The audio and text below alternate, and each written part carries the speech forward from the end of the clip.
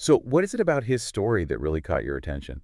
Well, what I think is so fascinating about Onassis is that he's really not afraid to kind of shake things up a little bit. He Yeah. comes from a background where, power and this like direct confrontation are at the forefront. Yeah. And he's bringing that same kind of energy into the way he's looking at and exploring Tai Chi. It's Hmm. like he's almost looking for the teeth in Tai Chi, like Yeah. the part that can actually be used in a real self-defense situation. Yeah. I noticed that too. He seems a little frustrated with how Tai Chi is often perceived. You Yeah. want to talk right down to earth in a language that everybody here can easily understand.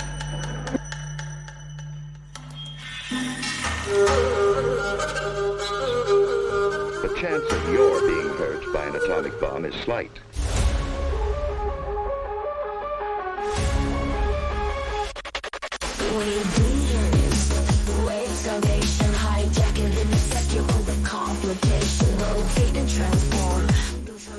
Ladies and gentlemen, welcome to Built Different, where we dive deep to discover what makes some people put in the work that others don't even know exists.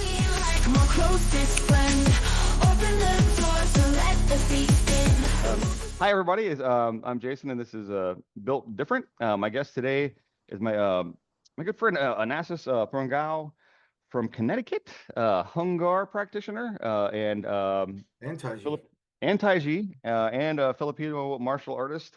Let's see. How did I meet you? Apparently, we had been talking on Rum Soaked Fist, but I didn't really know your real name or who you really were. We just knew your screen name, and then you had just come down by surprise to one of the Tampa Bay martial arts groups Yep. meetups that I wasn't at. And we're going, hey, where is Origami Ito? Where's Yes. Origami Ito? Yes. I Uh, searched for you and searched for you. And then yeah, and I just second one. I, Then you I hadn't went showed up. second time you were there.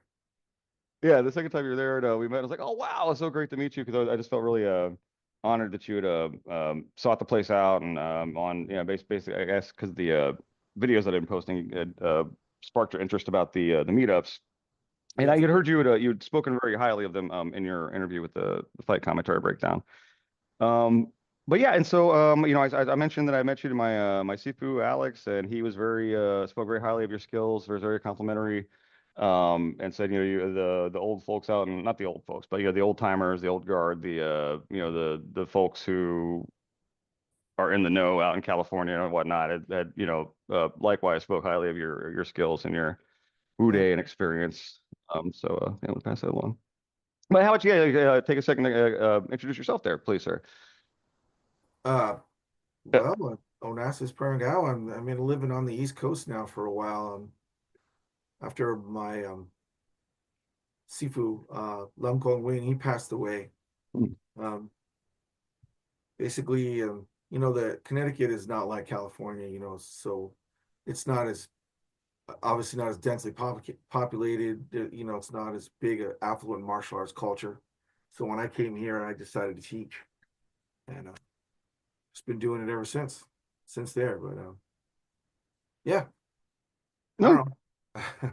well, that's okay. That's fine. That's the point of the conversation, right? Is to find out more Right. about it. But that's just the starting off point. I know a lot of times we wind up repeating the same things over and over again. So I want to kind of make sure we're not just like re-repeating the biography. You were kind of unique among well, not unique, but more uncommon among the Chinese and internal martial arts enthusiasts that we run into because you actually have some MMA experience with UFC 7 and over in Russia. You did some fighting in Russia for Yep. a short period of time. Yeah. Um, I I know it almost sounds contradictory. I know. yeah, you were talking. Do you want to talk about that? Like what really Well, brought you in that? What I guess why fight? okay, I'm back up a little bit and just say, Yeah, I'm a 70s, 80s kid yeah. now, in my 50s now. But obviously I feel like I'm in my 30s. But still train every day, still teach every day as much as I can. But the thing that got me about point sparring competition or anything like that was there's always ambiguity, oh, did he score? Did he really not score? If you enter a karate tournament, as a kung fu guy, did he ki loud enough, don't make too aggressive contact or else, you make it disqualified, And then here comes the early 90s, first UFC's come out, and I'm like, here's something where there's no dispute. You knock a guy out or you make him tap, nobody's disputing whether you won or not. And I found that very attractive at that time. So at that time I'm doing mostly, Honga and Filipino martial arts, and that's how I got into the first UFC that I went to. The first and only one actually, UFC 7. But it that time was different. There were no weight classes. I've said this in other interviews before. But you know me more as a Chinese martial artist. I think what I want to say about it though is, I've had a lot of people ask me, why didn't you continue with the MMA side? And I said, well, there are a lot of guys doing all that, but very few that would have crossed the streams, do both things, and then say, I want to stay with my gung fu, If I can consider you a kindred spirit and anybody else who's in the same as us, there are a few of us that will want to stay where we're at. I don't need, after I had, 3 fights, I'm like, I don't need to, just constantly be knocking people out to prove that what I know is effective.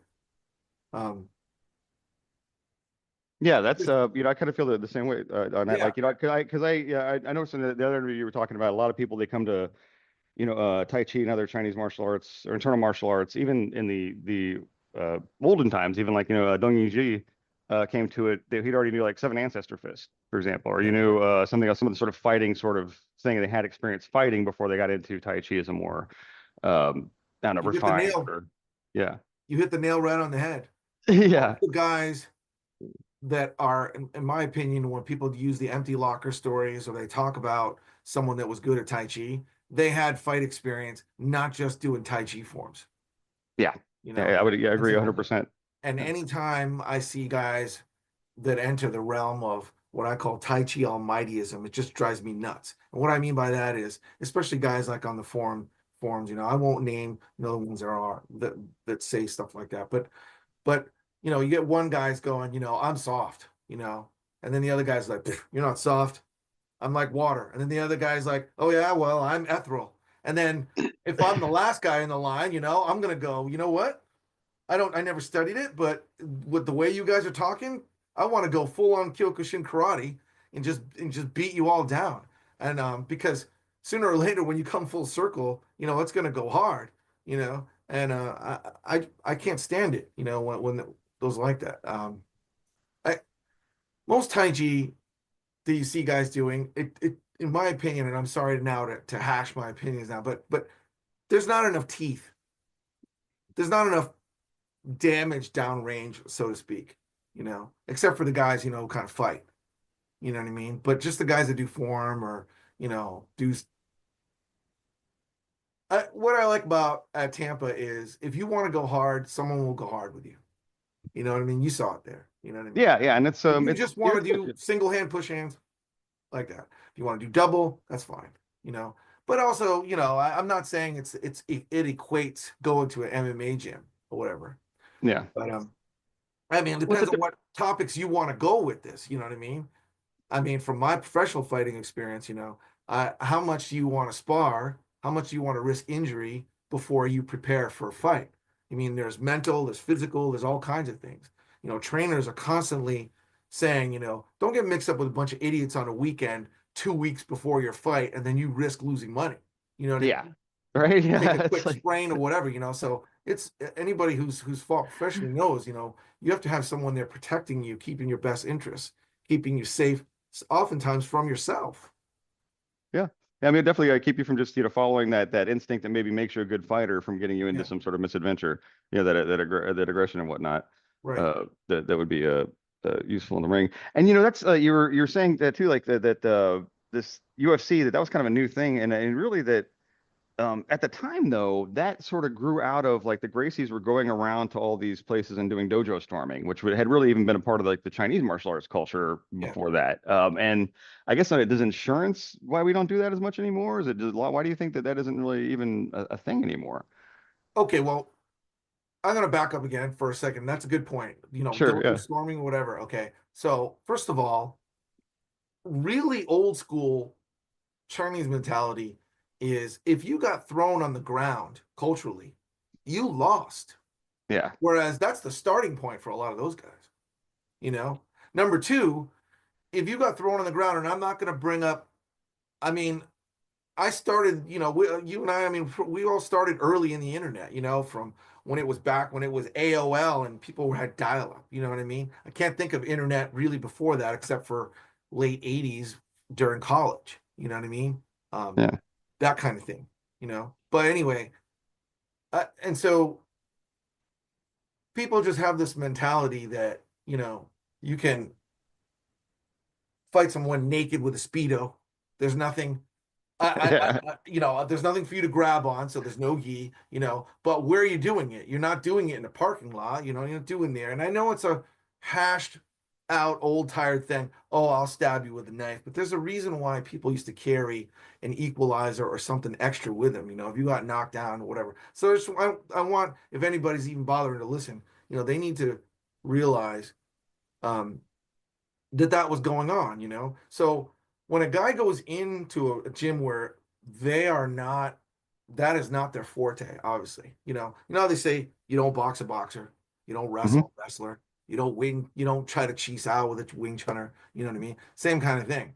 They were basically going in there knowing full well that they had pretty much all their opponents at their weakest and them themselves at their strongest, you know?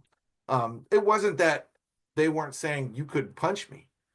They just did a whole hell of a lot of practice saying, I just need to avoid getting punched or yeah, right.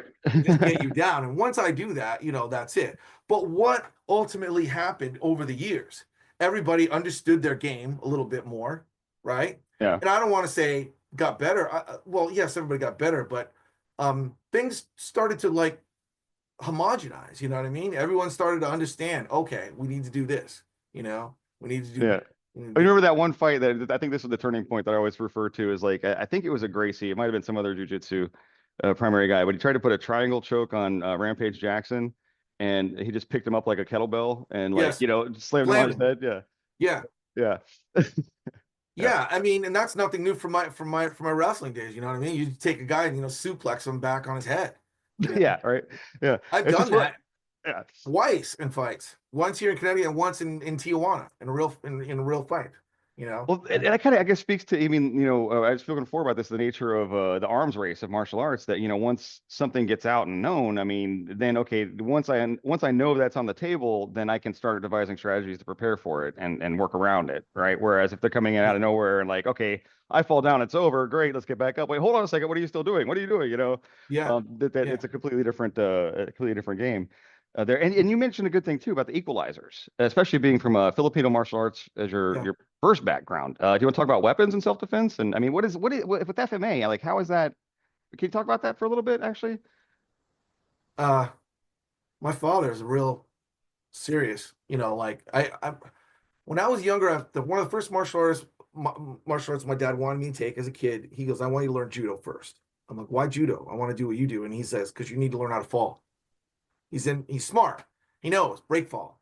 And I can't tell you how many times as a kid that saved me doing stupid shit, jumping off of something with my bike, and then I crash and fall and I roll out of it. Same kid next to me takes the same fall, but he breaks his arm. Yeah. Anyway, so uh, my dad's like this. Oh, he's old school Filipino. You know what I mean? Like my judo sensei was Armin LeBlanc. God rest his soul. He passed away for years. This is back in the 70s, 80s, and he invites my dad to show some Filipino martial arts. My dad comes and he brings all these butcher knives, like sharp kitchen knives. That's what he has.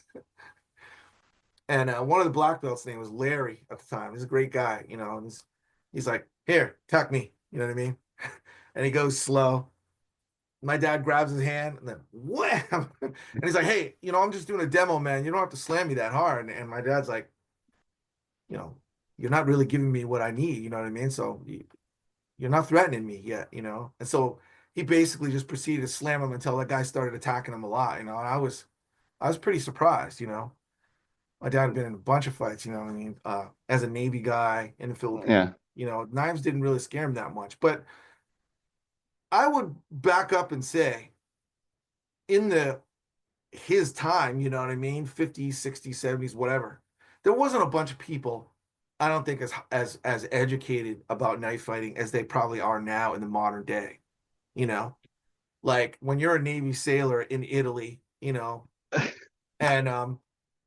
there's a bunch of Navy guys, and you encounter somebody, and there's some generic thugs, you know what I mean?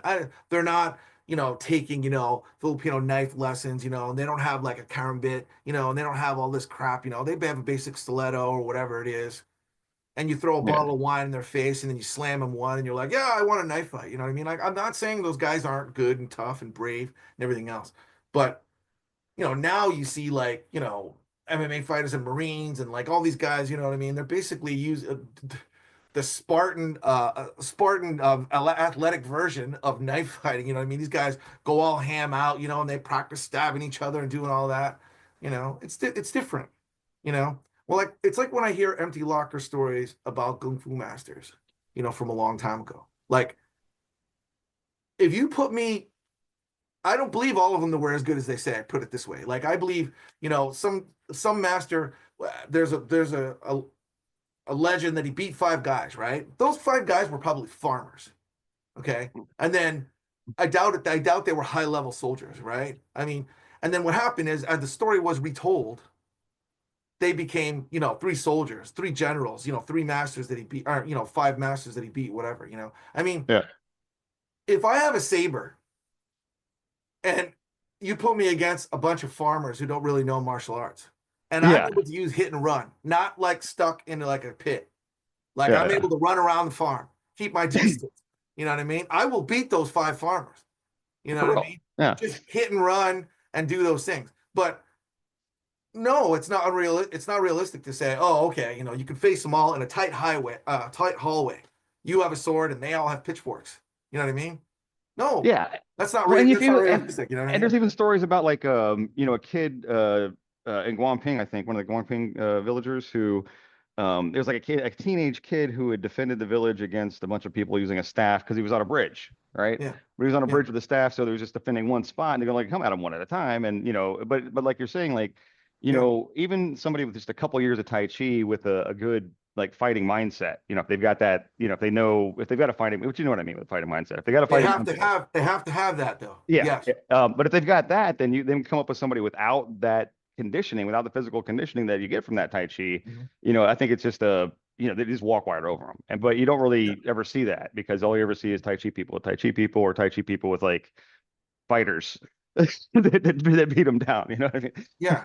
And mean? bonus, ironically, talking about that, usually the most highly trained people are usually either really nice or observant enough to know that they don't want to get themselves in trouble. So they're not the ones being the assholes. Yeah. They're not the ones being the jerks doing that. It's usually, the schmucks, you know what I mean, who don't have a lot of training. That's what Mm. scares me the most actually right now. There's enough people right now that can watch YouTube videos, learn how to rear naked choke somebody, so to speak. They may not be able to do it well, but an untrained strong person against a completely, unprepared person who knows nothing, and I don't want to say like just women, you know what I mean, just anybody who doesn't know, I mean, they could kill somebody and not realize what they're doing. Oh yeah. Yeah. I mean, I remember some of the shit we used to do like just imitating WWF, pardon my language, Yeah, but that shit we yeah, used to do like just imitating WWF in the front yeah, yard, like as kids. I mean, like some of like the stuff we would do with like our legs and the twists in the back. I'm like, oh my God, how did we survive not becoming paralyzed? yeah, jumping on folding tables. Yeah, we're just like, the where they were, I can't remember like the figure fours and like where they would Yeah, bend your back and just like stuff that like I would be afraid of trying to do to somebody now because just I know that bones break, I guess. yeah, That, yeah, you could pick up a kid who's lighter than you and do a backbreaker on him. That's not smart. No. You I know used what to I pick mean? my sister up by Pile her a head. pile Yeah. driver? You can't do a Right? pile driver on concrete or on No, hard no. But surface. we were doing that stuff, Yeah, the yeah, 70s and 80s, right? I It's know. just that's what we were doing. Yeah, exactly. But you start getting like bigger though. You get more, you start amping the numbers in the equations, right? With Right. the adult size mass and whatnot. Then it starts becoming a lot Yes. more serious even. Um, and we get hurt pretty quick. But that's a good, that's something I keep bringing up too, is you were talking about people that get just a little bit of knowledge, and how some of the things that I care about is that men in their 40s and 50s, tend to get a little bit isolated, lacking in community, lacking in connection to the world out Yeah. there, Yeah. and that a lot of men, throughout their lives have a hard time dealing with emotions, strong emotions, anger, frustration, things of that nature. So you put those things together, like, a little bit of knowledge about how to hurt people, inability to get their emotions together and put them in a situation where there was somebody vulnerable, like a woman, Yeah. and, who might be pushing some buttons or frustrating them, Right. for their own reasons. And that I think that there's not necessarily an opportunity here, but I think that there's almost a possibility. I don't know what I'm trying to say, but it seems like if we can help people find ways of dealing with their emotions other than just, burning it off, rage room, gun Right. range, Yeah. aggression, that I think that's a good thing. That's sort of what I want to try to do more of in my own teaching. Well, if Yeah. you can come back to Tai Chi, you need, we're most teachers that I interacted with, we're trying to get students to return to a state of Wu Ji, Yeah. meaning no mind, no root, right? So if you're not tense to the root and you have no mind, you're not thinking about that grocery list in your head, that those things that are wrong. You have road rage because someone cut you off. You're angry at someone at the bank, whatever. You go and you do your Tai Chi, and then when you're done, if you can return to a true state of Wu Ji, which means again, no mind, no root. You're empty of all thoughts. So I don't know. I see some people end their Tai Chi, they get done, then immediately they just go, they take a call. And I'm like, you didn't even return to Wu Ji. You just stopped the Right. physical part Yeah. of Tai Chi, but you didn't return to Wu Ji. And that's actually the most important part, Yeah. you know? Um, yeah, I have my feelings about what's going on there. The first time when I went down to Tampa, and those guys, great guys, but they're always, I think everybody's there when they're thinking about push. Everybody's thinking push, which is the obvious thing, but then they'll go, oh, you're using pluck, and I'm like, is there something wrong with that? You know what I mean? Yeah. Because if you're good at push and you're expecting me to push, so I'm going to kai, I'm going to pluck more. I'm just not going to, you don't win chun. I mean, you don't box a boxer, you don't chi sao chun, you know what I'm saying? Yeah. And also empty. Me being yang style first and then sun style, which they don't integrate the same way. Yang style, I would say the goal for most yang style players are to lead someone into emptiness, as if I like to say empty coat, like you're holding a hanger up and there's a coat on in the hanger, but when you push on it, there's no body inside it. You just feel the jacket, but it's like the old lady in the commercials. Where's the beef? You know what I mean? So, whereas everybody really loves the Chen style, what the Chen style guys do is, they do a lot of the silk reeling, and they want to go through your structure, you know. Um, Sure. I'll, I'll just say it this way, a lot of them are expecting, forward, backward, or something like that. And Well, there's a lot, yeah, you know, a lot more. Well, how would you say the sun style is different though? That's I do because I'm learning the How style, so I know that's a singular. because most of Sun style does not, it is not really based on the concept of I yield to you before I get you. Okay, so I'm going to give you, for anybody listening out there, I'm going to give them if you're old enough to know what Cliff Notes are. Remember in college, Cliff Notes. This is the poor man's, the layman's version of silk reeling. So you just think like cotton candy is going around the thing, the stick. Okay. So I push my hand out there and I meet a force, okay? Where that force is touching my hand, if it's going like this, if I go directly against it, that's not silk-kneeling. When I draw my force past it and around it, and I still end up disrupting your center, that's silk reeling. And so when a lot of these guys, when they're doing push hands, you can feel them first. Everybody's trying to do the same thing there. They stick to you, they adhere to you, they listen. They're trying to find out where your root, your frame is, and then they want to go from there. I disagree with someone like, I'm not to start, but I disagree with, sometimes I hear guys like Adam saying, well, he's so high level, like, I don't worry about hiding my root, I don't worry about hiding myself. He basically says, I basically just become you, and I know where you are all the time, you know what I mean? And yada, yada, yada, and if he can really do all that, especially fast, that's great. You know what I mean? Yeah. But, Yeah, that way you were pushing me at the thing that I remember, it's very similar to another friend of mine out in Austin, Mark. But and yeah, Alex does it too, and actually even Curtis have gotten a good push in that same way. But it's like I don't know, like the push. It's not how do I describe it? Like, you don't feel the meat, you just feel the force. You know what I mean? Is how Yeah. how I feel like it. Yeah. And I'm not doing that. I'm not picking on the guys that say that. I Yeah. am a little bit, because Yeah. all of guys that say fat, as soon as I start hearing fascia, Yeah. I start thinking of like Wayne's World, where the guy's talking about his fascia. The mud. No, that's Dutch. Powers, Austin Powers. The mud. Yes, yes. You know what I mean? Pancake. Yeah. I Yeah. haven't met anybody, that can, first of all, my older brother, Gene Ching, he's a prolific writer. He's great. He's got, in my opinion, a dream job in martial arts all the time, because he gets to, write about it. He gets to interview a lot of people. He's met a lot of the Kongjing. He's met a lot of the top people all over the world. Any person that comes to the United States worth it, read their books, all that stuff. He's never met anybody that can do like Kongjing or no touch knockouts or anything like that. You know what I mean? Yeah. I mean, the minute you are able to, like, Hadouken, like, hit me, like, blast me from 20 feet away, I will discard everything I've ever learned. I will pay anything you want, and I will become your student. Blast me from 20 feet away, and I want to do it. But until that happens, no.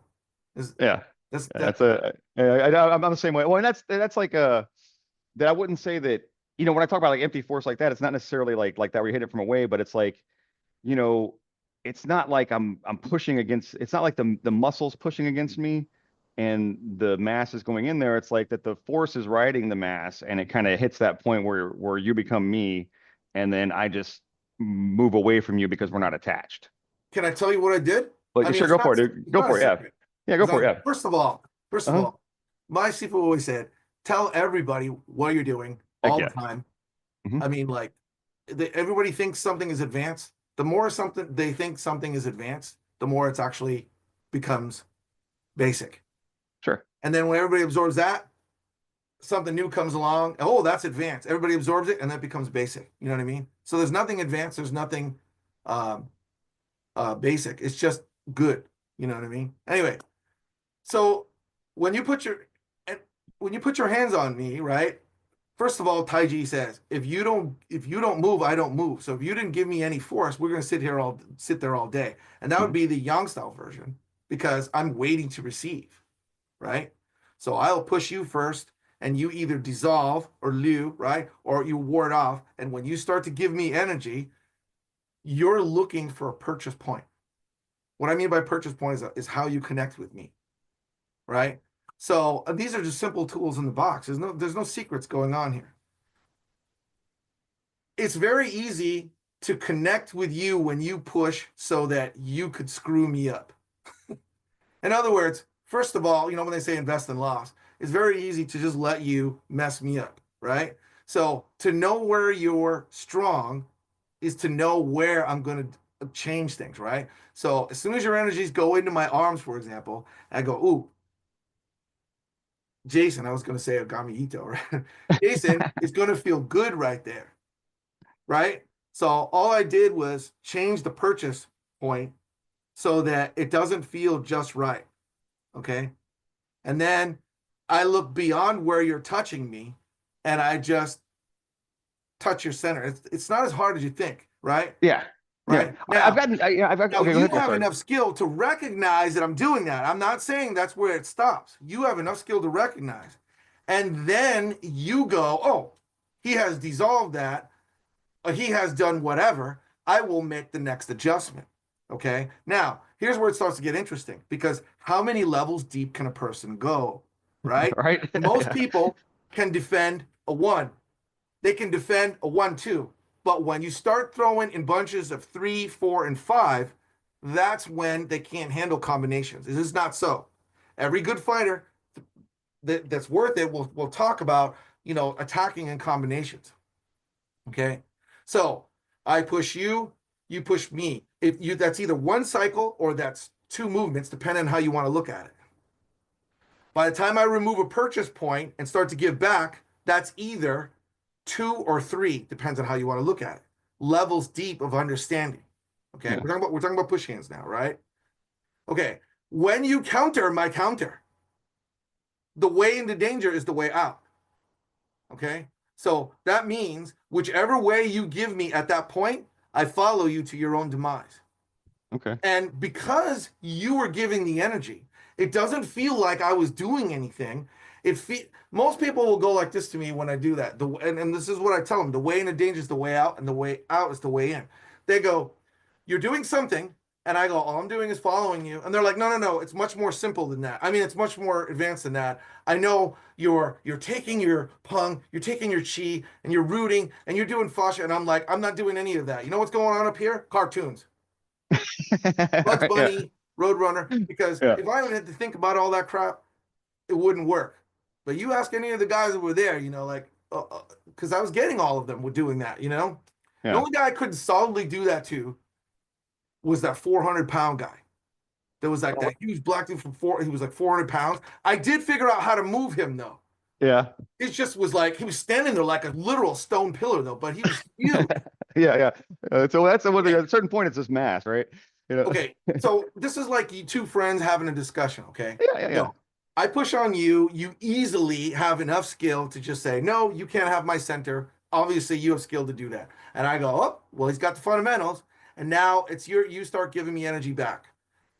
All I do is distract, however you want to say. I remove your ability to have a solid purchase point, and then I go ahead of it. And when you make a counter, I follow you. And Hmm. then do you remember what you said to me? You go, you're doing something, but I don't know Yeah. what. Do you remember you said that to me? Yeah. Yeah. Yeah. That's Yeah. exactly what they all say. Yeah. Now, I didn't make this up. This is not my skill. My people would do this all the time because he was a small man, and it's very hard to impose your will on big Americans, with more yang type skills, right? So it's a more passive yin way to look at things. And he'd always said, you can beat people who are even better than you if you play upon their ego. This is what you do. Do what is right. Absolve yourself of all thoughts of winning. Simply do what is right and let the win happen by itself. If you try to pursue it, you're too good to let me do it. You have to let the person, and this is what I struggled with this for years until I figured it out. It was a big epiphany. How can I get the person, my opponent, to do what is technically right and still lose? I don't know if you want me to repeat that again. Well, how do you do it though? How do you do But it? I'm saying it again, okay? So Yeah, how do how you do can you it? get a person to do what is technically correct but still lose? I guess we Right? change the nature of reality around them. It's not, I'm just saying, Yeah. Okay, go most ahead. people, well, if you do this, then I do what? I do this, right? And Yeah. all schools have that. But if I chain my responses in the same way that you move, you feel as if you're the one in control. You feel as if you're the one who's supposed to be countering. And when it doesn't work for you, you never think that I'm doing anything. What the other guy always thinks is, I just need to get a little bit better, and I'll get you next time. I'll push a little harder, and I'll get you next time. Get out of my head, man. Get out of my head. I'll yield a little more, and I'll get you next time. I'll grab this part, or I'll move this part, and I'll get you next time. All the while, instead of giving credit where credit is due, right? And this is anybody doing it, not just me, you know, the way into danger is the way out. Their thinking is the wrong way. They keep thinking, well, I need to change. Instead of thinking, maybe it's what this guy is doing to me. Yeah. You know what I mean? Huh. And I prove it all the time, you know? Now, I'm dying to say this to a bunch of guys. You know, there was when only recently, you know, that I guess some people found out, you know, that I did professional, you know, I did all that. But some guys, I have no fear. I posted up that 2018 that push hands tournament that I did in New York. And I want to say, number one, everybody's listening to that. Number one, I won that thing. And I had never pushed hands in that capacity before, because that's not how I practice Tai Chi. Okay? The way we practice Tai Chi is more like stand-up grappling or sparring, meaning we're not confined to a box and no movie the feet. You know what I mean? That was hard for me to process. You know, I mean, how do you take someone who's like used to moving around in a ring and then just try to pin the bull, you know, in a little box? Oh, yeah. So the first couple of matches, I was like, what the fuck is going on? You know what I mean? I'm like, you can't do this. And you go, oh, and the referee kept messing with me, you know? But essentially I won that one on guts, but one of those players there's a bunch of good guys in there, by the way, you know? I think Harry Leg's a good martial artist. You know, he's good. I know his name is funny. His name is Harry Leg, but Is that his real name? He's got a good size, and I think he's pretty good. But yeah. Stephen Watson was Taiwan Open heavyweight champion. I mean, he was 300 fucking pounds. Oh yeah. You know what I mean? And I was like, he had 100 pounds on me. Yeah. You know? And I'm like, I'm fighting the rules, and I'm fighting this, and I didn't know what I had gotten myself into until it was almost too late. But I said, screw it. I said, I'm going to bring somebody into this thing. I might as well just do it myself. Yeah. And so, but the thing is, like, when it's not like that, you know, and we're just together, you and I, or anybody out there, you know, and you push on me, and I'm not worried about a box. You know, if you're 12 feet tall, I will move accordingly to yield to your energy. You know, if you're only 4'11", I don't need to move that much to, you know, but the way into danger is the way out for me is I lead you into emptiness. And if that takes me more room than what's in a box, so be it.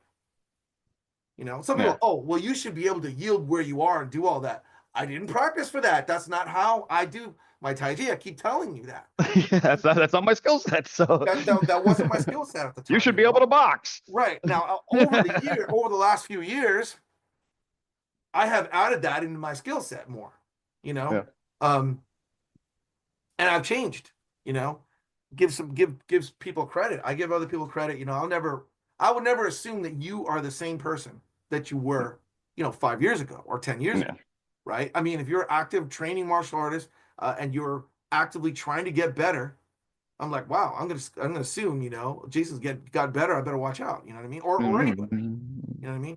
So I'm just saying, you know.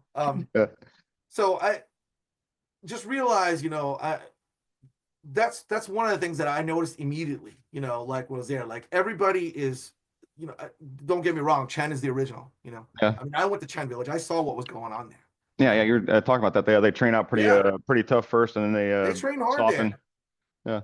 Yeah. They start from little kids, and they work their way all the way up to adults, you know. Yeah. And they're flipping each other in the dirt, and they got the younger ones, you know, had like these those Swai Jiao jackets, you know what I mean, and they were throwing each other hard. And I was like, the hell is this? I think it's good that like you get that basic, you know, the strength and, you know, external approach in, I guess, or whatever, you know, and get that in there. And that's even like what Alex says is like you know, start with, you know, have some strength first before you abandon strength, you know, right? Yeah. You know, now, Alex, and I'm not trying to use this as a forum for any of that. I think, you know, I went to his thing. I think he's an excellent teacher, you know. He did a Tai Chi class, and I was there for push hands workshop. Yeah. But he's not fighting. You know, he's not out there fighting. I know. I would not. But I didn't, when I went to his thing, you know, I got invited by that Michael Fuse guy. I stayed in the back the entire time. Most of the time when I go something like that, they're like, oh, okay, it's an Onassis guy, you know what I mean? And I don't know why. Maybe it's because I do Hungar or do whatever, but I stayed in the back. I went with the oldest dudes or I went with ladies, whatever, and I waited until the end, because what usually happens is everybody leaves and then maybe the instructors. And I forgot his name. He's a cool guy, but he's one of his instructors is a bald dude from New York. I don't know. Yeah. Yeah. Jeff, I think his name is Jeff Could be Pasterosa. Jeff, yeah. Guy. Yeah, okay, yeah, Jeff, yeah. Very nice guy. Mhm. But he was like, hey, would you like to do some push hands afterward? I'm like, yeah, okay. Yeah. Same thing. Now, they just got done giving 2 hours of this is our strength. This is what we're trying to achieve. This is what we do. So you better believe I spent the last 2 hours coming up with a game plan. Yeah. You know what I mean? Trying to understand their energy. So perpendicular lines break the lines of power. This is just an absolute fact in all martial arts, right? If you're pushing forward and I'm able to get you laterally or up and down this way, that's a weakness. Mhm. And if your strength is side to side, this is perpendicular to it. You know? And so when someone like Jeff, when he would try to push me, I knew he was very good at push. So I'd give him the inkling that I wanted to push him. And when I would feel him react to it, then I just got him laterally. Yeah, that's I think You know what I yeah, mean? that's definitely something I've picked up lately too. And that's not rocket science. That's the Yeah. basics. Yeah, it's the basics. Yeah, That's like, not advanced at all. yeah. But what is advanced is your ability to listen to another advanced player. Yeah. Because the other advanced player, who is an instructor, doesn't want you to do what you want to do. Yeah, right. Yeah. Okay. So here's the freebie that if you don't mind me giving you. Give me, okay? take it. Yeah, give me. Okay.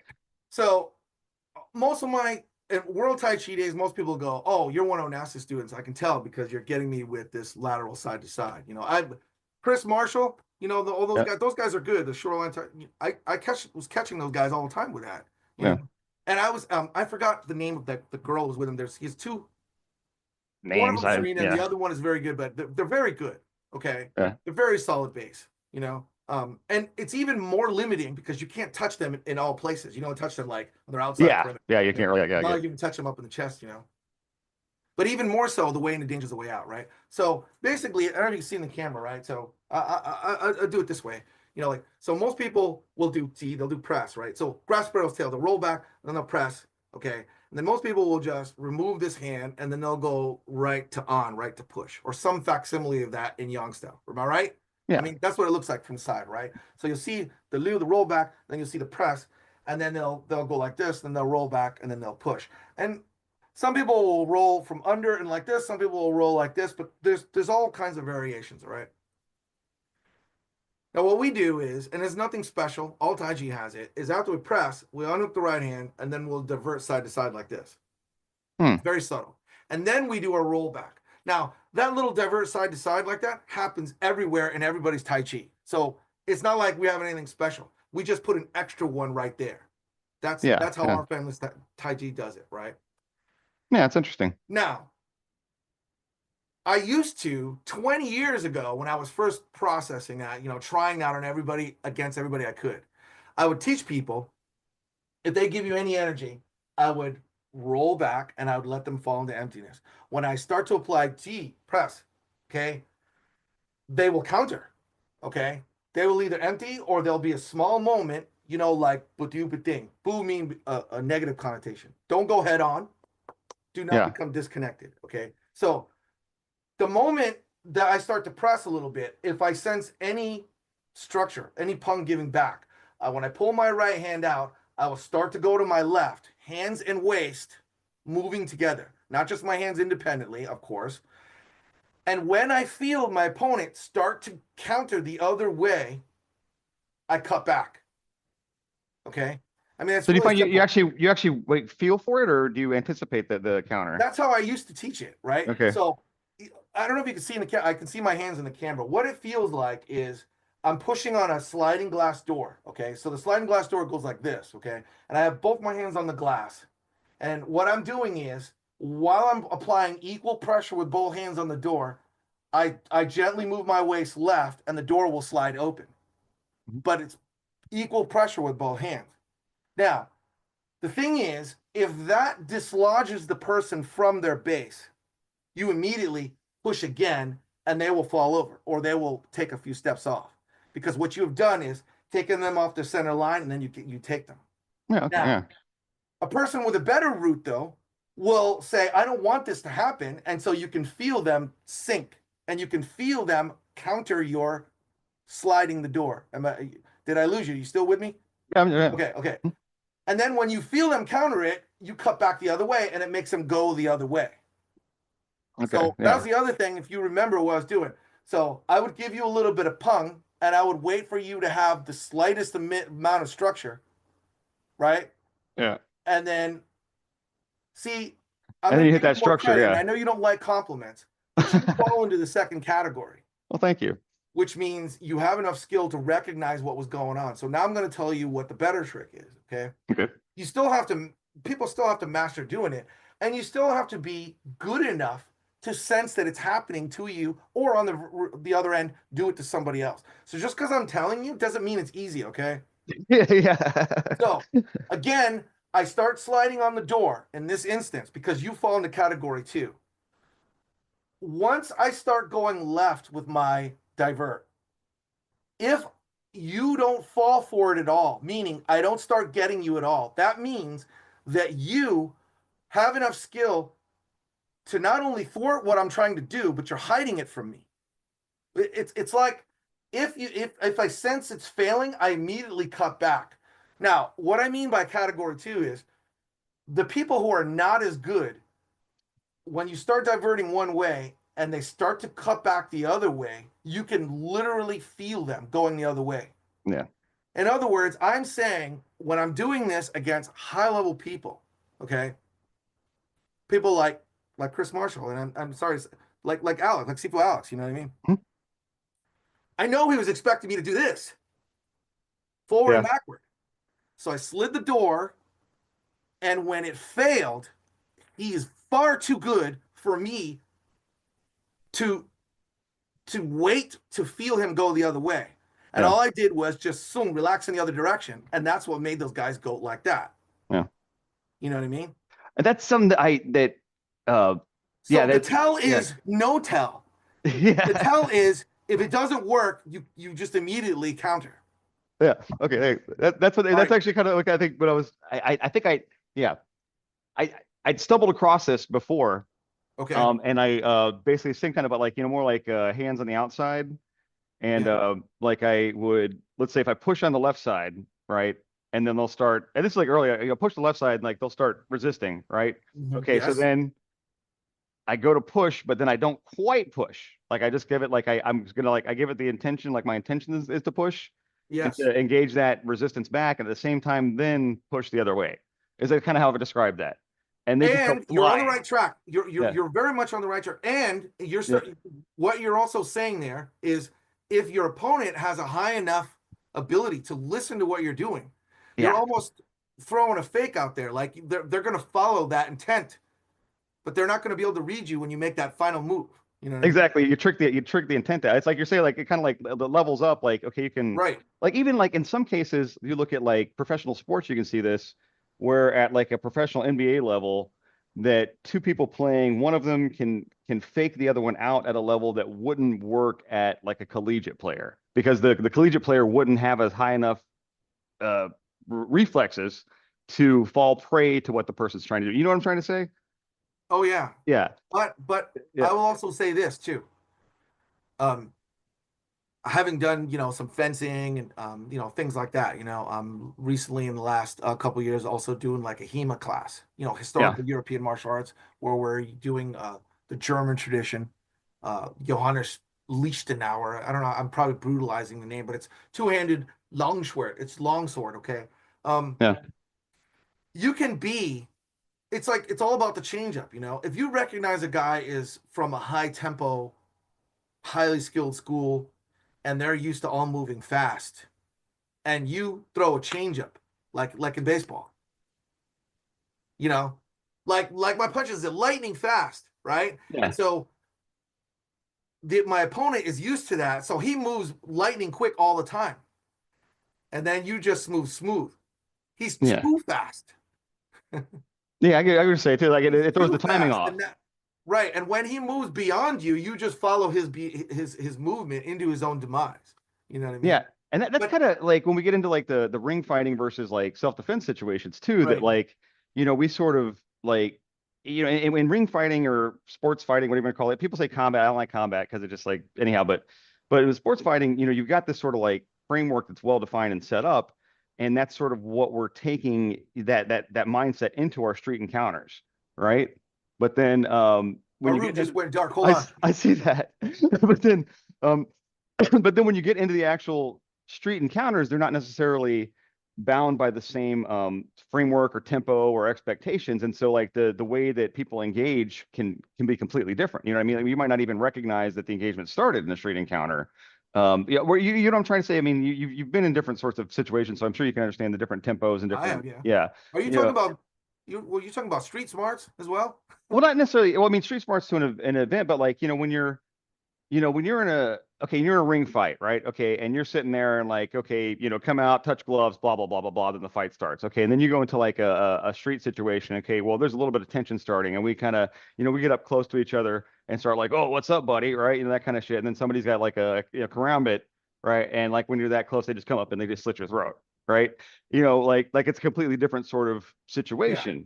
You know? I just I'm just gonna say about that real quick, and I don't know if it's because of my Filipino martial arts training, like stuff that I learned from my father, but Yeah. I've been in those situations a bunch of time when I was younger, especially college time. I don't worry about actually the guy that's right in front of me. I worry about his friends. So Yeah. the thing is, I don't know how many people, have actually been like that, especially when you get like two guys in front, two or three guys in your face. It isn't the guy. If I'm talking to this guy's gonna get it, right? Yeah. If Yeah. I'm talking to this guy right next to me is gonna get it. And if I'm looking at him, my peripheral vision, I'm not worried about the guys so much that are standing still. I'm worried about that one friend that is slowly moving behind you. He's on the outside perimeter. He's maybe about 5-10 feet on the radius away, and there's people standing there watching. Ooh, there's going to be a fight, and he's slowly moving around. I've been Yeah. in that situation a bunch of times, and I know that their buddy is making his way to my back. So yeah, So where was that? Where would you get into these sort of situations at? Is that in California or? it happened here in Connecticut, but I also was in TJ, which is for you guys who've been to San Diego or anybody's been to, this is Tijuana. Yeah, yeah, yeah. Yeah, I okay. listen. Yeah. I'm not being dumb. Just everybody in college did the same thing. You go to San Yeah. Diego, you cross into TJ. I had my dad was in the Navy, so not only did I have my American license, but I also had that. So I wasn't worried about them not letting me back in. And this is like the early '90s. You know, but yeah, and you're not fighting Mexicans. You know who you're fighting? Stupid Americans who are getting drunk in the TJ in the Tijuana tourist district. Um, Yeah. Yeah. And that's I was around the same time I was down in Homestead, Florida, and it was just the gangs down there, yeah, yeah, Latin Kings, International Posse, yeah, and folks like that. They were just always just like, little, not necessarily those guys that were like in the real high organized, but like the wannabes. They were like organized in their own little things, and they'd come after me and my friends. And that yeah, was sort of like my introduction to violence was yeah, basically just like gang violence as a kid. And so like this, smarter stuff came much later. Yeah. yeah. Uh, but yeah, that's that's but exactly right though. Like you're saying that like in those situations that and I suppose that's what I was trying to say too, is that like recognizing the situation for what it is, like sweet smart situational awareness, whatever you want to call it. But even in the context of the fight itself, like when we talked about the dojo storming, how they sort of would change the context of the engagement outside underneath the person, and they weren't prepared for that change. Yeah. They didn't understand that, okay, now we're on the ground, the fight's not over, it's still going. Okay. Yeah. Now I'm just gonna say this because I know it's obvious, but we need to get this out here because you and Yeah. I and anybody else who still love traditional Chinese martial arts or any internal martial arts, Yeah. we issue power through our feet. We stand up. We do all that stuff. I mean, I did grapple. I did wrestle. Mhm. The advantage that the grappler has on the ground is that I'm not even talking about the guard. It's just that when your body's you're using all your limbs, right? So you're using 2 arms, 2 legs, and actually your head. And you're listening to where the other person's hips are. You can attack with more things.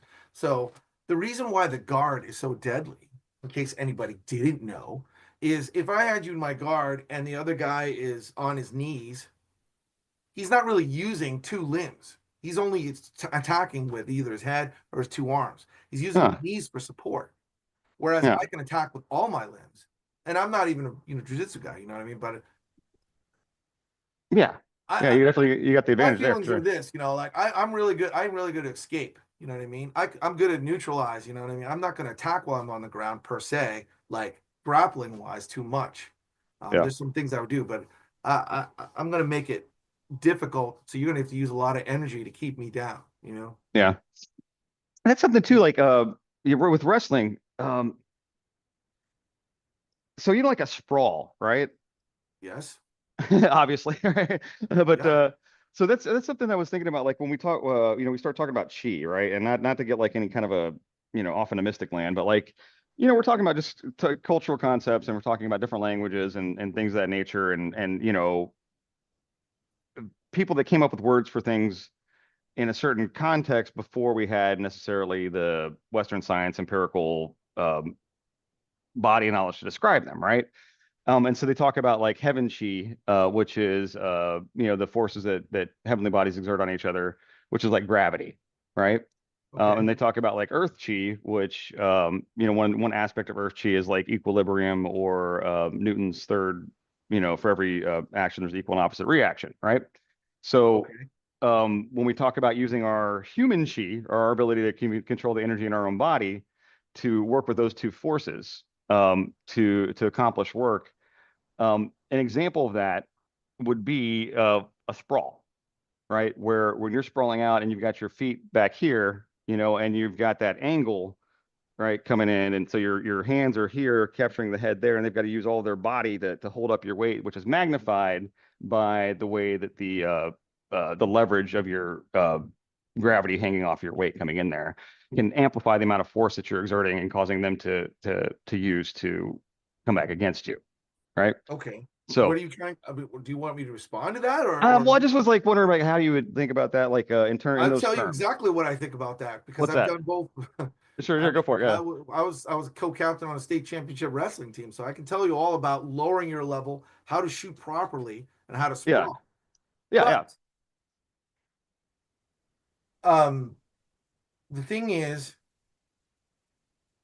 that's the guy who's giving me a shot. Okay, Uh-huh. needs to if I'm worried about just sprawling Hmm.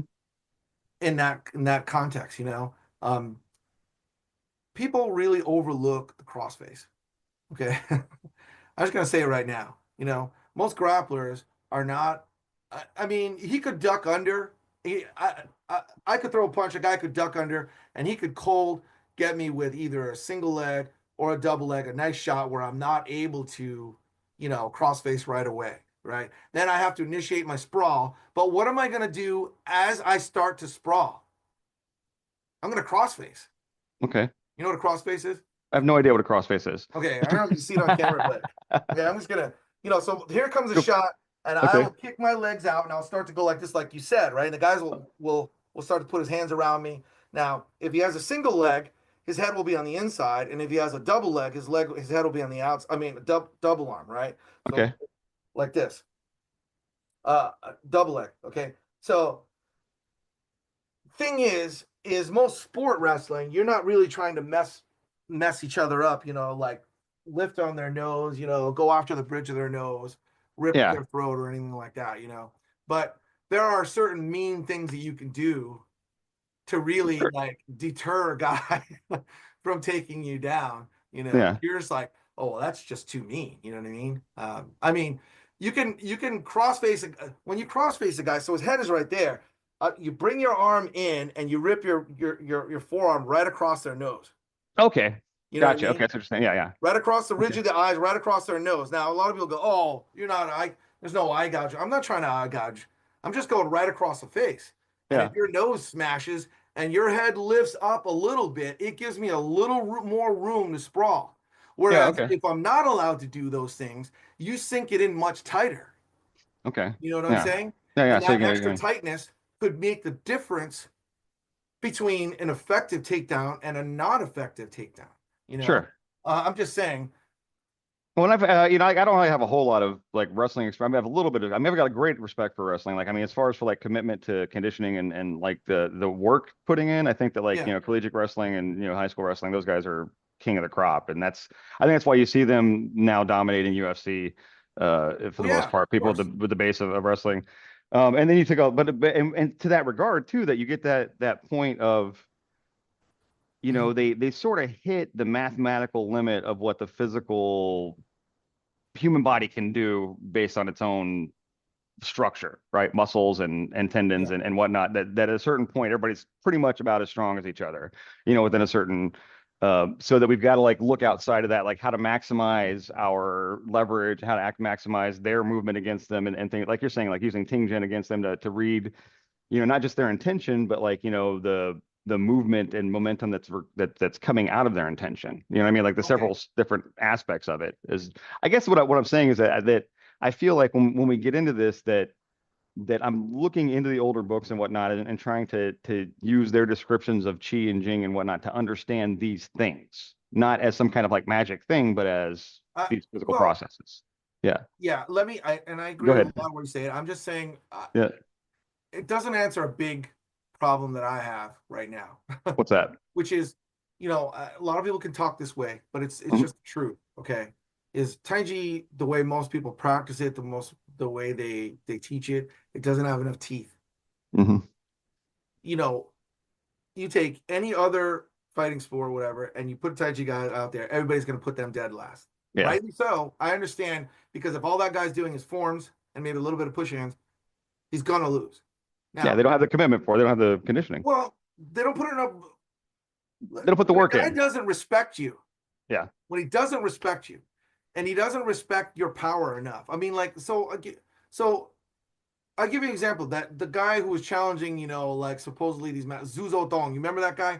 Kind of like the star guy, the MMA guy, the Chinese guy, and he's beating up on all these like, so-called masters, and some of them were, I guess, but if you don't actually like punch something once in a while, how do you know that you have a decent punch? You know what I'm saying?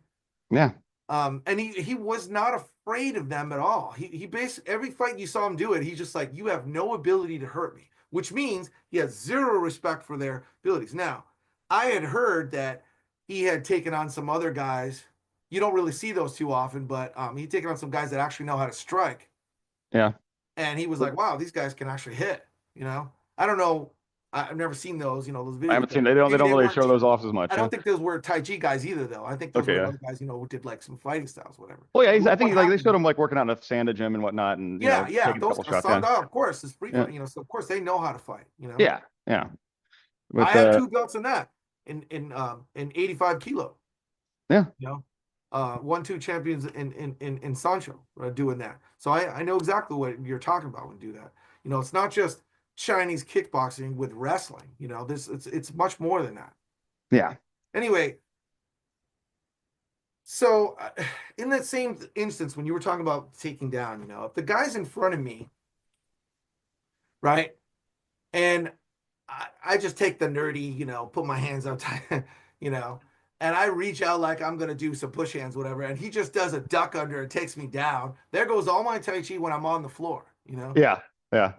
Now, it's easy to say, oh, well, I'll just rip his freaking head off, and everything else, No, enemy recognition, You can tell when a guy is leaning on his back leg and his front foot is alighted. If he's leaning on his back, his front foot is alighted, he's not going to shoot. He's looking to kick you with the lead leg. Yeah. If he's leaning on his front leg and he's in a low position, he has his hands out like this, I mean, his face is a little bit more exposed, but that guy's looking to shoot. Yeah. You know what I mean? So what is your level of enemy recognition? Can you, this guy looks like he's a dancer. This guy looks like, oh, he wants to shoot on me. This guy looks like he wants to kick. You know what I mean? At least having some experience, our coach, who can tell you, the difference between those two and being able to recognize that threat assessment already. Yeah. No, this has nothing to do with Tai Chi classics. You know, there's just no, common, no. common Yeah. things. You know what I mean? So Well, just being able to like, more like, Sun Tzu more so like, being aware of the, uh, I, yeah, yeah, it's the, interesting. You're asking me. You know, we end up talking about this stuff because I tried to talk more about traditional Tai Chi stuff, right? So my example of what I was doing there, but you're like swinging the conversation towards these other things, you know. So I didn't know if you wanted to talk like hardcore hey man, I want to follow the energy. What are we talking about? internals. What Okay, do we all got right, here? Let's follow the vein of gold. yeah. Yeah. Although, am I allowed to mention that you got booted off? You know, rum Yeah, soaked. dude, say whatever you want. I got booted Okay. off from Soak I'm Fist. just saying. I think they should let you back on though. It's much more fun when there's some sort of drama, you know. um, yeah, I'd lurk on there. You know Yeah, what kills me also yeah, is the whole internal external. You know, there yeah, are two. I can.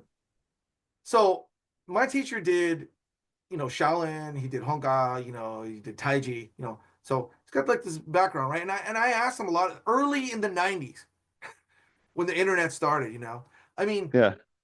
um, I talk about my brother a lot because I'm real proud of him. You know, I'm jealous of his job. You know what I mean? But Gene, Kung Fu Magazine, like in the early days of the internet, before there was true forums, there were Yeah. these message boards, and there was this thing called, um,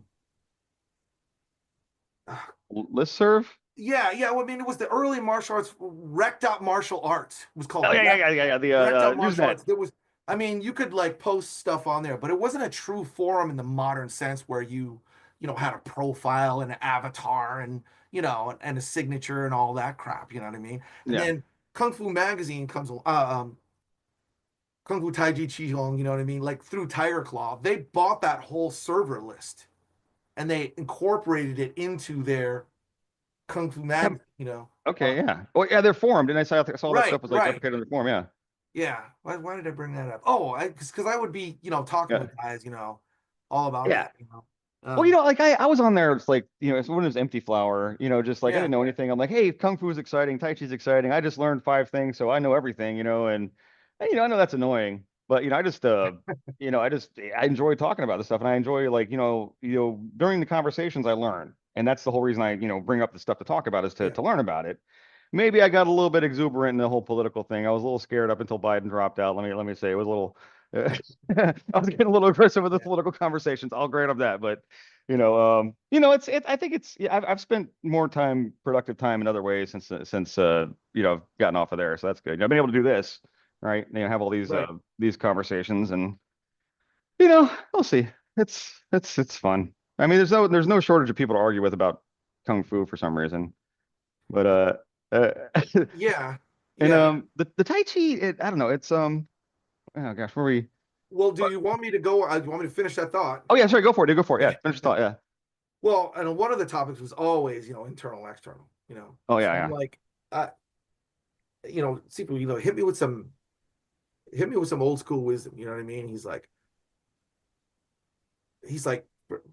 don't listen to those idiots. You know what I mean? They're always, it, everything is yin and yang. It's hard and soft, right? So it's not one more than the other, right?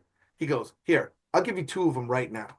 Okay. He goes, I don't know if you can see in the camera, so I'll stand up. Okay. So when you're any posture that expands the chest, like you're in attention, like you're doing this. Okay. Uh-huh.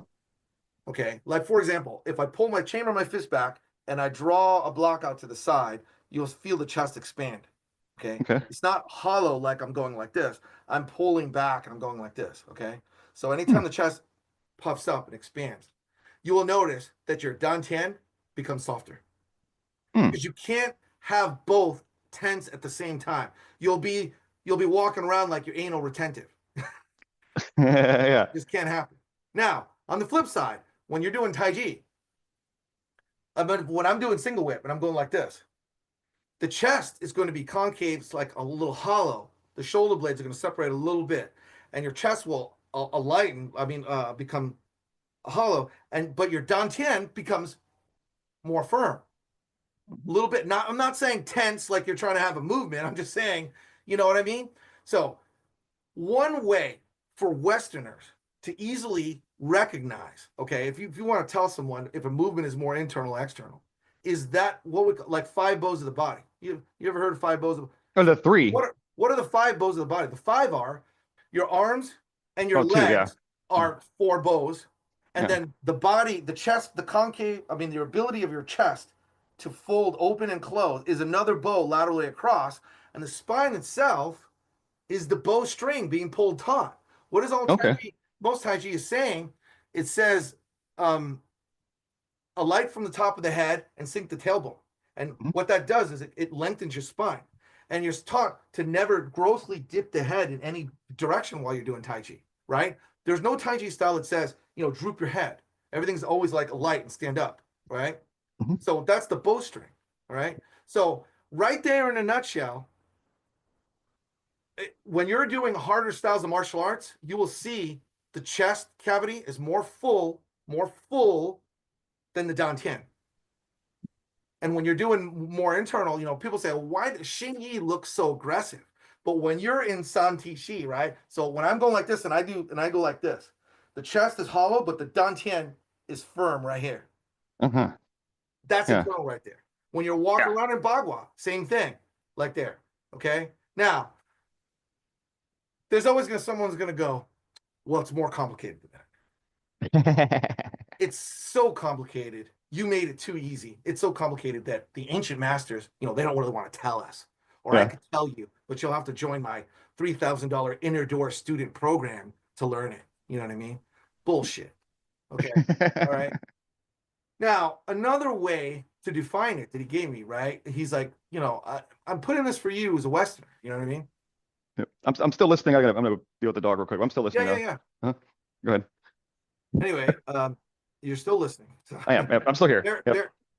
I want you to think of bones like in your arm, the radius and the ulnar. Inside each bone is the marrow. The marrow is where the red blood cells are produced. Okay, so just think of this forearm instead of two bones. Just think of just one solid bone, like it's a cartoon bone, like a dog bone, right? Okay, there's one bone in there, for example, right, and there's marrow right there. Now, that is the most extreme center of your arm, of the bone, right there, right? Now, what is on the outside? The skin. What is below the skin and all that stuff, right? Your muscles. Then you have your tendon, your ligaments, all that stuff. But what is the deepest in the center of the marrow?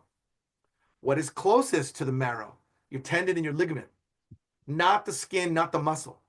So if your movement is relying more on muscle, which is why it's easy to define, it's more external because it's away from the marrow. And if your movement lengthens naturally and you kind of, when people say in Chinese martial arts, relax the shoulder, sink the elbow. How many times have you heard that from a Tai Chi teacher? Relax the shoulder, sink the elbow. What that does right here is, here's the shoulder joint, and here's that upper humerus bone right here.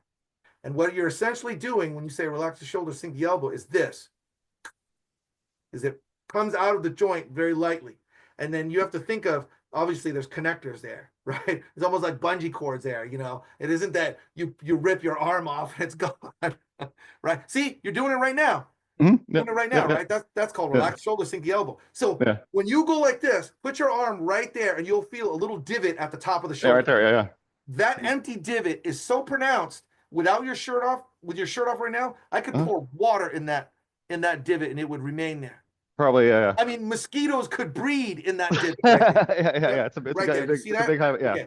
So you never do your Tai Chi really, where like everything is like, like you're a chipmunk. You know what I mean? Yeah, you don't do that. Now that hurts. Actually. No. And so, once you have that gentle pung, that elastic, expansive energy, and it expands all the way out to the fingers, that's a problem some people don't do, by the way. Yeah. I think that comes out of the sun style really well, I think, too. It does. It does very much. Everything is in the fingers. You are using the tendon and the ligaments more than you are using muscle. Yeah. And what ends up happening is, that's why it's considered internal. Okay. So anytime I see these guys, and they start talking about, the fascia, and I'm doing my fascia and all the other stuff. And I'm like, you know what? The tendon and the ligaments, are deep enough, close enough to the marrow for internal for me. I don't need to worry about what those guys do. Well, sure. I mean, whether we call it, but it's all like the, when it comes to that, like I agree 100%. Like exactly where I've like my studies have led me to the same conclusion here that we're just, we're passing the load off from the red meat to the white tissue, the connective tissue, and so like the fascia is just part of that. Your tendons, your ligaments, your tendons connect bone to muscle, your ligaments connect bone to bone, and your fascia connects muscle to muscle. It's all the same. So you're passing the load off to that, and then you're working that so that stimulates it. It makes it grow thicker. It makes it put more nerves in. It makes it put more veins in, and Yeah. it makes it stronger. And that's your internal work. That's your Neigong, you know. Right. And so then you know how to like, use that, but not like, like you're saying, it's not like you're using it by like not directly, right? You're not like directly manipulating your fascia. You're doing other things that are causing your bones to move inside the fascia sling that are causing things to happen. And then my theorization. Um, Anyhow, yeah, so that's fantastic. Okay, what else do we got to say here? How long have we been talking? Jeez, I don't know. this Seems has like an been. hour at least. It seems like oh, you're like, oh, is it getting to? Is it is it about time? I guess it's been a good night here, huh? Wow, an hour and 19 minutes. All right. Well, gosh, man, yeah. Anything you got to plug? Anything coming up? Anything you got working on? No, this is old news. I tell everybody, but I've reached that stage in my life where my parents have become more like the children, and I become more like the parent. Yeah, yeah. So I have a brother and a sister, but I'm having to be there a lot, for them. So that's why I'm kind of off the radar a little bit, But Yeah. when things do happen, with my parents, and I won't suggest, but that you can't beat time. Yeah, that's Can't be death or taxes, if you know what I mean, right? yeah. When things happen, then I'll be able to, do more things, Like I've been invited to like Italy, to Argentina, to like Hawaii, like all these really cool places, but I haven't been really been able to go simply because I can't leave, my parents, So Yeah, I understand. That's well, I mean, I'm not there yet, but I'm sure. yeah, Hopefully, it's not fun. I mean, hopefully I'll get there someday, but you know what I mean. Like, Yeah. it's a part of life, that, Yeah. hopefully we get there to where we're, we're able to take care of Yeah. our parents and their Yeah. need. It's a good But I'm thing. still, teaching, practicing, what some guys do. A lot of times I end up with teachers. I mean, teachers come, like they want to do, um, they want to do chin na, they want to do sparring, you know what I mean? They want to learn more about Hung, they want to learn more about using Tai Chi, you know what I mean? If I know them well enough, and then I'll let them stay at my house. If not, they get a hotel and they come by. I live in southeastern Connecticut. Like I said, I'm 2 hours from New York, and I'm 2 hours from Boston. You know what I mean? Okay. There's some guys do that. But I really was enjoying myself getting out to Tampa. Because for a couple times there. Because it broadens your horizons a little bit. If there's like 50, 60 guys there, and they're not just, a lot of guys there are teachers, you know what I mean? Are teaching somewhere else, and so you're not just interacting with low level, I mean, there's some guys that are teachers there, so. Yeah, I've gotten a lot out of it. I'll go there and like, Yeah. well, I'll have that a day, maybe day and a half, if I'm feeling spunky. And that is a litmus test, by the way. Yeah. I call it the litmus test, because if you can do whatever it is you're trying to achieve against someone you've never met before, Yeah. right? So if you and I are on a deserted island, right, with a group of people, you learn everybody's tendencies, everybody know, oh, he likes to do this, he likes to do that, and it gets boring after a while, Yeah. And you even get like in the clusters of groups that work together, you kind of get a culture of techniques. You know what I mean? Like a certain catalog that, okay, I know he's going to do that. So everybody learns how to defend that. So then you go Yeah. somewhere else and they've never seen it before, But yeah, I think that's where you're going. I didn't mean to interrupt you there. Go ahead. Yeah, no, that's right. Yeah. But yeah, it's really great. It's awesome. Yeah. The thing that overrides that is what I was saying in the very beginning about the way in the danger is the way out. Because you don't really care. If you look at any strategy, I don't know how the people approach their, Tai Chi, you know what I mean? Like if I'm going to single whip, okay, for example, right? The thing about single whip is like the Yang style single whip, right? You will either cover your center with both hands going from right to left, or your hands will come the other way. The motion that precedes is what I'm saying. You don't just walk up somebody and then go like this. I mean, that is single whip, right? where my hand juts out into like this. But all that is just striking somebody. What is the movement that precedes that, right? Yeah. And so I cover my center, and then my right hand is hooking, and then my left hand is scooping, and then eventually you go like this, okay? The thing about this hooking hand, some people go, oh, well, this is a strike and all that and all that stuff. Mhm. Okay, if that was a high-level strike and that was really useful, you'd see people using that a lot more. No one goes off and says, oh, I hit with the back of my wrist. I do it all the time. You know, you could do it, but if you miss, or if the other guy jukes or whatever, and you hit the wrong part of the back of your hand, you could sprain your wrist. You know, I mean, it depends on where you hit with. You know, it's not a high percentage hit, right? So screw that for a second, okay? So after your hands come across, the right hand creates a hook. Now, some people put their fingers together like this, and we can have debates like the Wing Chun people do all day long, what you do with your fingers. But the anatomy of a hook is, if you're a fisherman, you hook, right? You go like this and you pull and you hook. Now, some people you see their hand drops across in a hook like this, and they use the hook laterally and they go like this. Mhm. Well, That that's didn't really bullshit. work, did it? Yeah. You don't hook that way. Yeah. So Huh. to deflect someone's hand and knock it to the side and sit there and like tell me this is how you do it, and then I'll do this, and I'm like, you don't know what the fuck you're doing at all. Well, does I'm the sorry to sun say. I does mean, I'm not. the sun do the double like that? Sun style does something totally different. It's Kai Hu is open and close, and then you go like this. Yeah. Done. Okay. Single whip. Yeah. That's totally different. I'm talking about Yang style, which is Sure. Sure. worldwide more commonly practiced. Yeah. Right? So the hands come from like this, one hand hooks, the other hand scoops, and you hit like that. The thing is when you hook, that's what it looks like from the outside. If you hook from the inside, your hand comes up the center and the hook rolls out, and then you go like this. Okay. Yeah. So you're kind of taking it and yeah. Right. So that hook works two different ways. And what you're establishing there, what I'm really getting at is two things. One, creating a stick point with your opponent, and two, how do you deal with that afterward? Yeah. Right? If you cannot create a stick point, what is look? I mean, I know this is near the end, and I feel like we should be talking about this. You know, we talk about all kinds of stuff. Whatever, man. Yeah. But you'd want to include this because I've been preaching, I've been yelling to the roof about this since I first got on the internet. You know, the bane of all internal stylists, right? Because you and I assume this talk is about internal style, is the bane would be Muhammad Ali. What's his motto? Float like a butterfly. Say it. Sing like a bee, right? Sing like a bee. Yeah. So if there's a guy who will only stay on your outside perimeter and will never let you create a stick point or a point of contact or a bridge or any of them other things that Tai Chi or internal people like to say, and all he's able to do is just elusively slip and then just sting you with jabs, it's a nightmare. Oh yeah. It's an absolute nightmare for all Tai Chi. So unless you know how to create a stick point, enter, and slow that mother effort down, either you have to leave or you will lose. Yeah. Yeah, I agree. Yeah. You just disengage and just say that's it, or you will lose.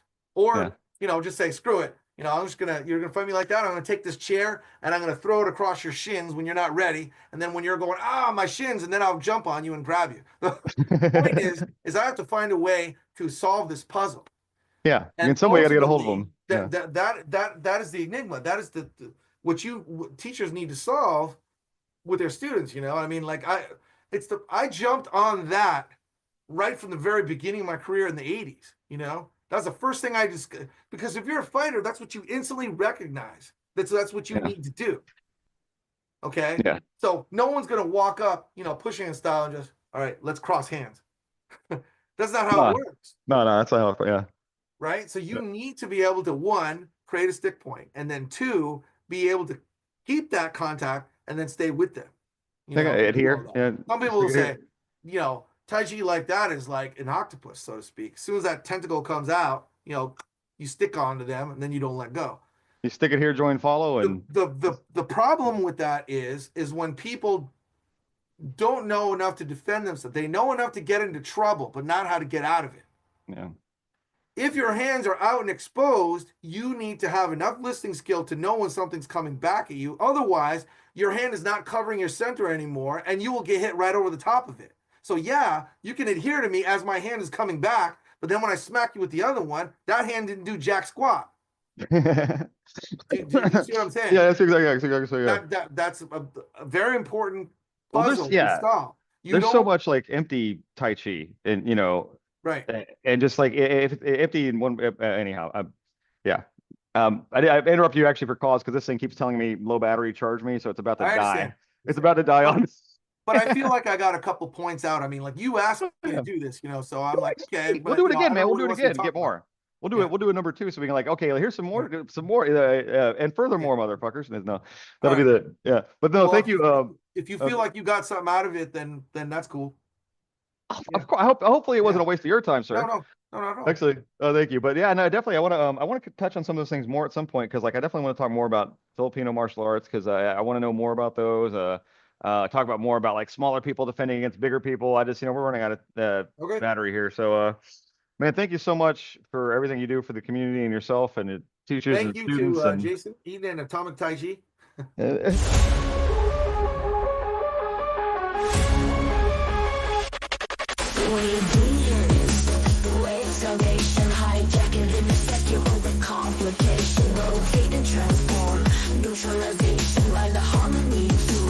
Destination. Adhere-Join-Follow. I greet my enemy like my closest